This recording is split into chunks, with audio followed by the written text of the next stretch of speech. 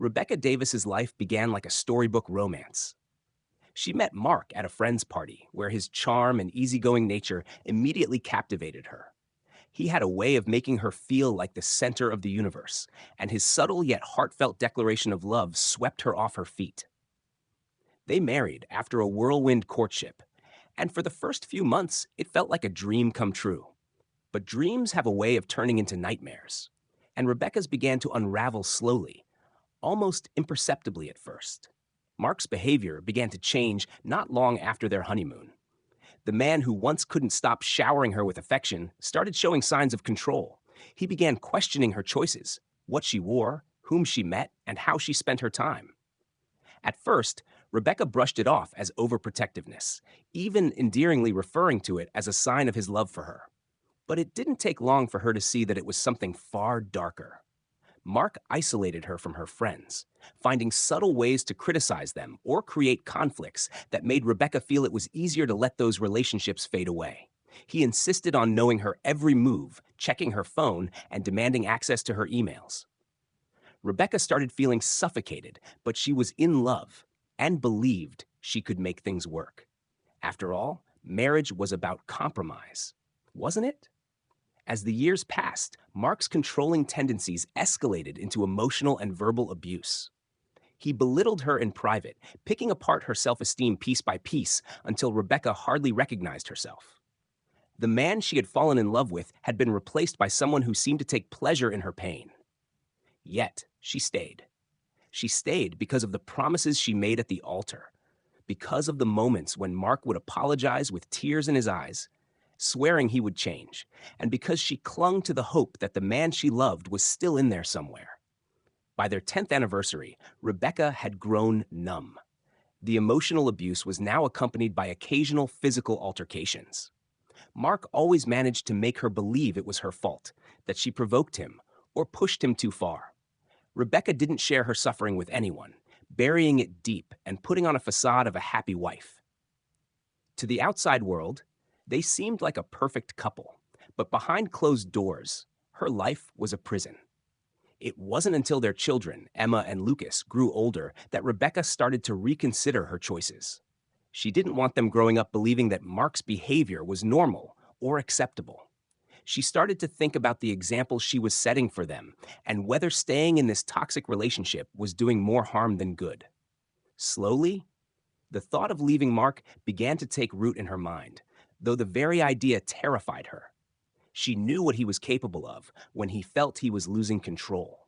When Rebecca finally summoned the courage to file for divorce, it was after 20 long years of enduring a marriage that had broken her in every possible way.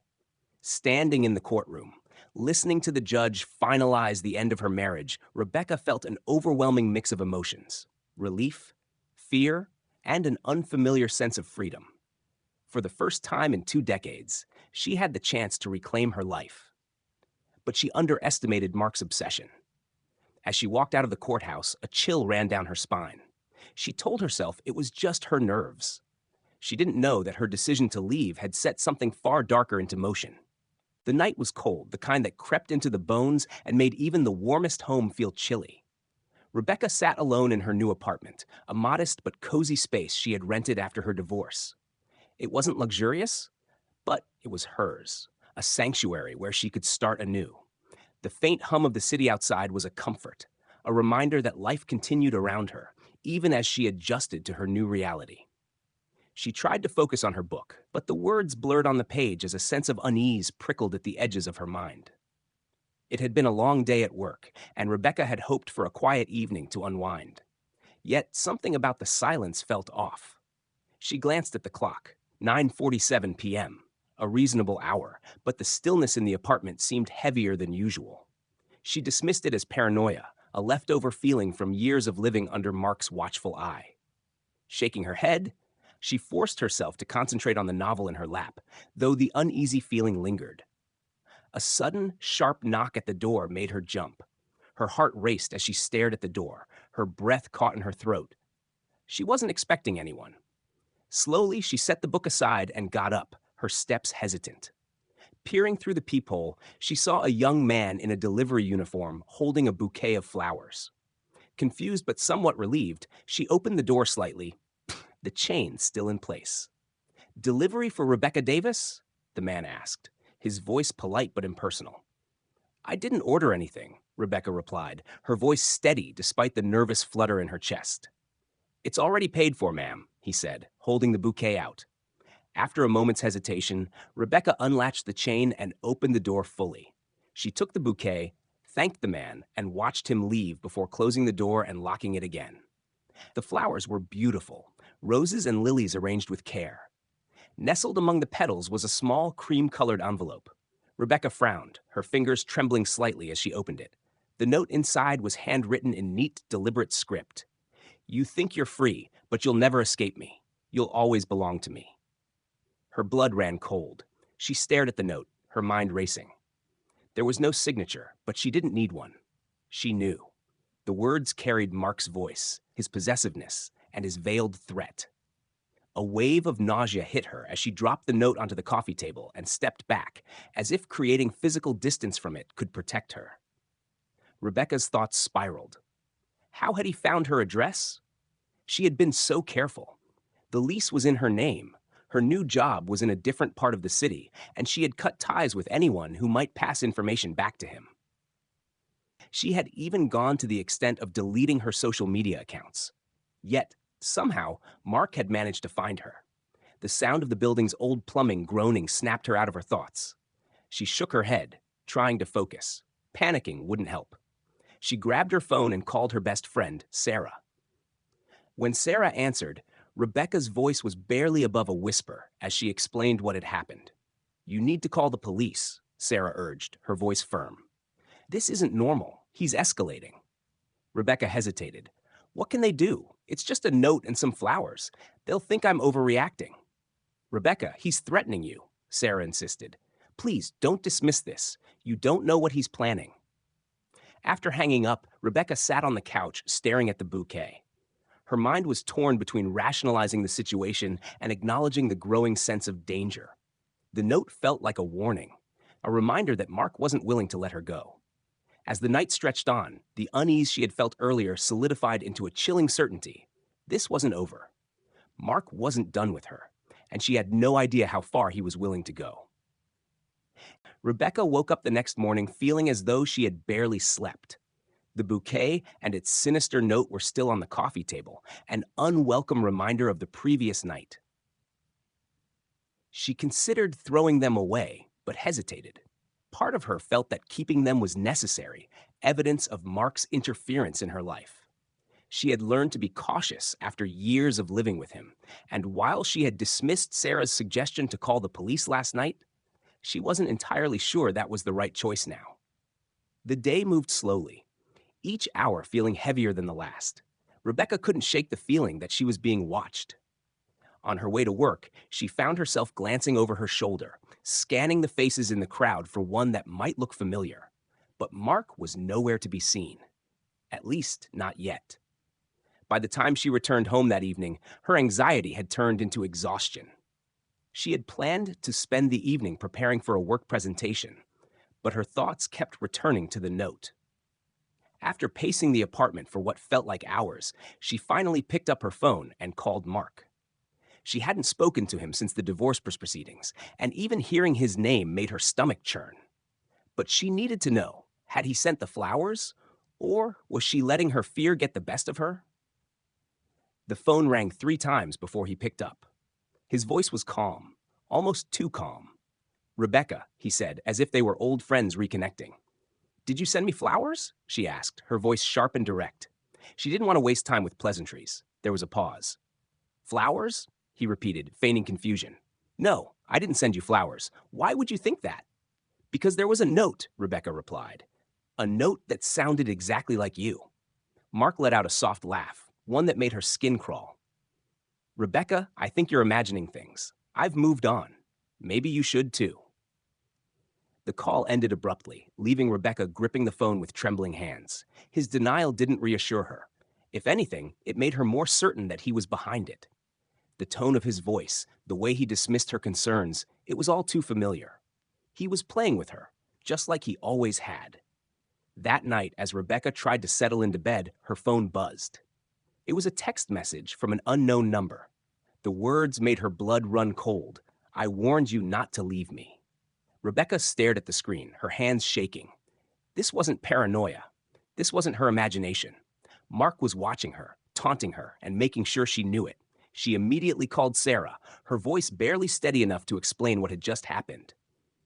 "You need to file a report," Sarah insisted. "This is stalking, Rebecca. He's trying to intimidate you." Rebecca nodded, though Sarah couldn't see her.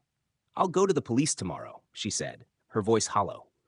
"But tonight, I don't think I can stay here alone." "Pack a bag," Sarah said without hesitation. "You can stay with me." Within half an hour, Rebecca had grabbed a few essentials and taken a cab to Sarah's apartment. As she walked through the door, Sarah pulled her into a tight hug.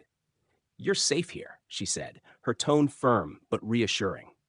For the first time in days, Rebecca felt a sliver of relief, but deep down, she knew that staying with Sarah was only a temporary solution. Mark wouldn't stop until he had regained control, and she had no idea how far he was willing to go to achieve that. As she lay awake on Sarah's couch, Rebecca made a silent promise to herself. She wouldn't let Mark ruin her life again. But how do you fight back against someone who knows every fear, every weakness, every shadow of your soul? The next morning, Rebecca awoke to the smell of coffee brewing in Sarah's kitchen. The brief sense of safety she'd felt upon arriving at her friend's apartment the night before was already fading. She knew she couldn't hide forever. The memory of the text message still loomed over her, and every small noise outside felt like a threat. As Sarah handed her a mug of coffee, Rebecca broke the silence. "I think I need to confront him," she said, her voice quiet but firm. Sarah's eyes widened. "Confront him? Rebecca, are you out of your mind? He's clearly unstable." Rebecca shook her head. "If I don't face him, he'll keep doing this. I need to make it clear that I'm not afraid." Sarah hesitated, then sighed. "If you're going to do this, at least don't go alone. Take someone with you, or better yet, let the police handle it." Rebecca's lips pressed into a thin line. "The police won't do anything until he's broken a law. I need to end this myself." After some back and forth, Rebecca promised Sarah that she would meet Mark in a public place where she'd feel relatively safe. She texted him from an old phone number he didn't yet know she still had, proposing a meeting at a busy downtown cafe. He responded almost immediately. "See you at 3 p.m. Don't be late." The hours leading up to the meeting dragged by, each minute heavier than the last. When the time finally came, Rebecca made her way to the cafe, though her heart pounding in her chest. She arrived early, choosing a seat near the large front window where she could see anyone approaching. She ordered a tea she had no intention of drinking and waited. Mark walked in, right on time. He looked calm, almost smug, as he spotted her and made his way to the table. Dressed in his usual polished style, he looked like the same man she had once fallen in love with. But the coldness in his eyes was a stark reminder of the man he had become. "Rebecca," he said smoothly, sitting across from her. "You look, well, cut the small talk," she replied, her voice steady despite the fear curling in her stomach. "What do you want?" Mark leaned back in his chair, his expression unreadable. "I want what I've always wanted, Rebecca. For you to come back. For us to be a family again." Rebecca stared at him, her hands tightening around the edge of the table. "That's never going to happen. You need to leave me alone. Whatever this is, sending flowers, texting me, it ends now." Mark's smile faltered, replaced by a flicker of something darker. "You think you're in control here?" he asked, his tone soft but menacing. "You're not. You never were." She leaned forward, her voice low but firm. "I'm not afraid of you anymore, Mark, and if you come near me again, I'll make sure you regret it." For a moment, Mark didn't respond. Then he let out a low chuckle. "You've changed, Rebecca. I didn't think you had it in you." He stood abruptly, leaning down so his face was inches from hers. "But we both know how this ends. You can't win." With that, he walked out, leaving Rebecca trembling but resolute. She stayed at the table for a few moments, regaining her composure before leaving. As she stepped outside, the cold air hit her like a wall, and she realized her hands were still shaking. She didn't know what Mark's next move would be, but she was certain of one thing: he wasn't finished. Later that night, back at Sarah's apartment, Rebecca replayed the conversation in her mind. Every word, every expression.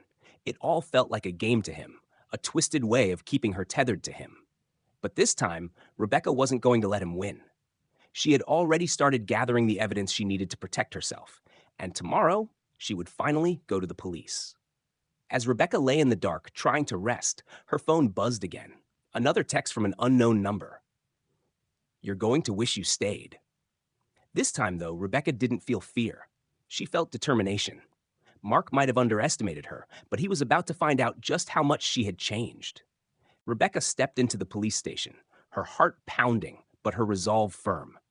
Clutching the folder of evidence, she approached the front desk and explained her situation to the officer on duty.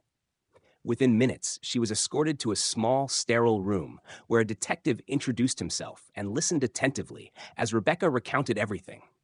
Mark's escalating threats, the flowers, the texts, and their tense encounter at the cafe. The detective examined the evidence, his expression growing more serious with each passing moment.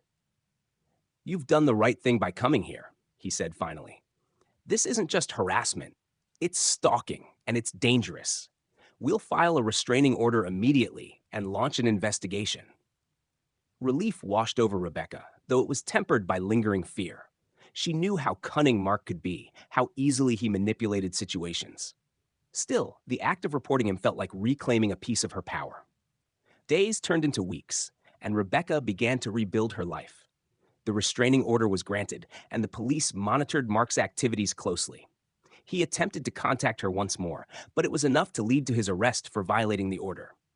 For the first time in years, Rebecca felt safe.